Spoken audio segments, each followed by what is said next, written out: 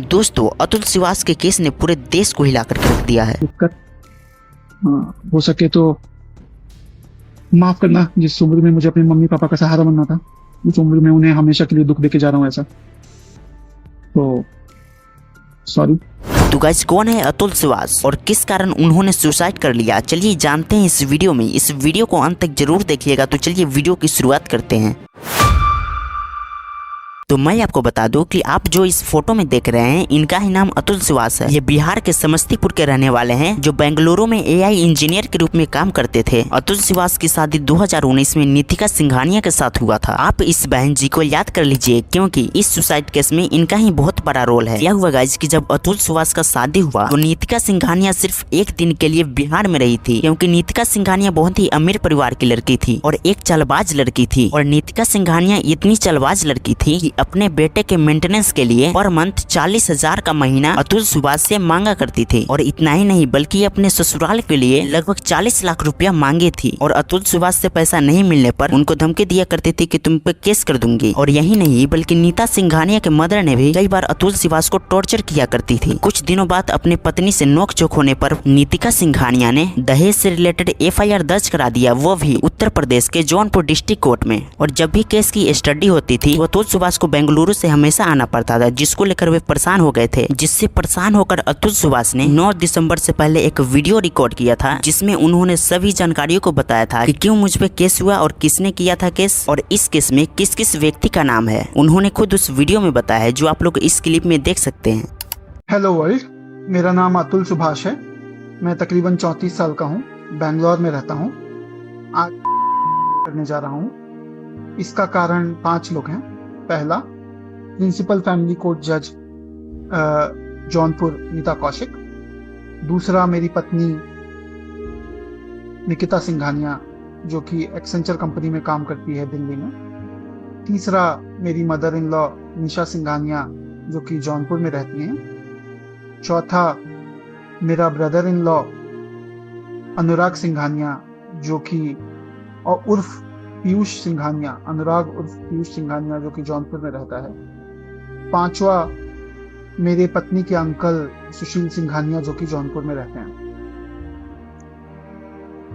आज मैं आपको बताऊंगा इस वीडियो में कि हम मेरे बूढ़े माता पिता और मेरे भाई पर कितने केसेस डाले गए हैं,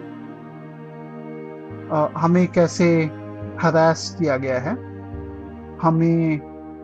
हमसे कैसे पैसे ऐंठने एक्सटॉर्ट करने की कोशिश की जा रही है, कितने पैसों का मामला है, और कैसे मुझे ये करने के लिए डायरेक्टली इंस्टिगेट किया गया है, और ऐसे सिचुएशंस बना दिए गए हैं जहां पर मेरा खुद को खत्म कर देना ही सबसे सही रास्ता समझ में आता है। इसमें मैं आपको ये भी बताऊंगा कि ये जो पैसों का खेल है, ये कितने अमाउंट का खेल है, कितने पैसों का गोरख धंधा है ये।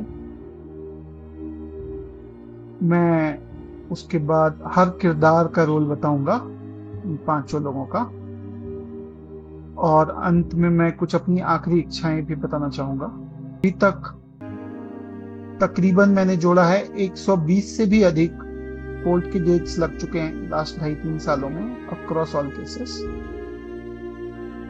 और 40 बार मैं खुद इन कोर्ट डेट्स को अटेंड करने के लिए बैंगलोर से जौनपुर जा चुका हूँ। इसके अलावा मेरे माता पिता और भाई को भी अक्सर कोर्ट के चक्कर काटने पड़ते हैं। तो मेरी पत्नी ने कुल 9 केसेस, जहां तक मेरी जानकारी है, डाले हैं। 6 लोअर कोर्ट में, 3 हाई कोर्ट में।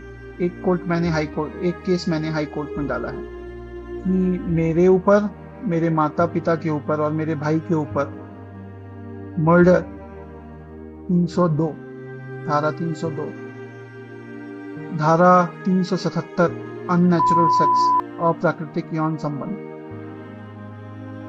498A, 323, 406, 504, 506, ये सारी IPC की धारा हैं। तो 1 करोड़ की डिमांड तब थी।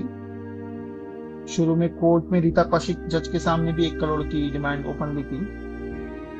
जब जज रीता कौशिक ने इंटरिम मेंटेनेंस 20,000 का मेरे 2.5 साल के बच्चे के लिए पास किया, तब ये डिमांड 1 करोड़ से 3 करोड़ हो गई। अब तो 80,000 रुपए पर प्रति माह का और एक फेवरेबल जजमेंट रीता कौशिक द्वारा दिया गया है इन्हें। तो अब ये 3 करोड़ रुपए कहा कितने रुपयों में तब्दील होगा मुझे नहीं पता। तो ये 2 लाख रुपए इन्हें जौनपुर जैसी जगह पर मेंटेनेंस चाहिए, है ना, और 3-3 करोड़ रुपए तो अभी तक पहुंच गया पता नहीं। तो ये पैसों का मामला, इस तरह के पैसों का मामला है। और जब तक हम देंगे नहीं तब तक हरास करते रहे।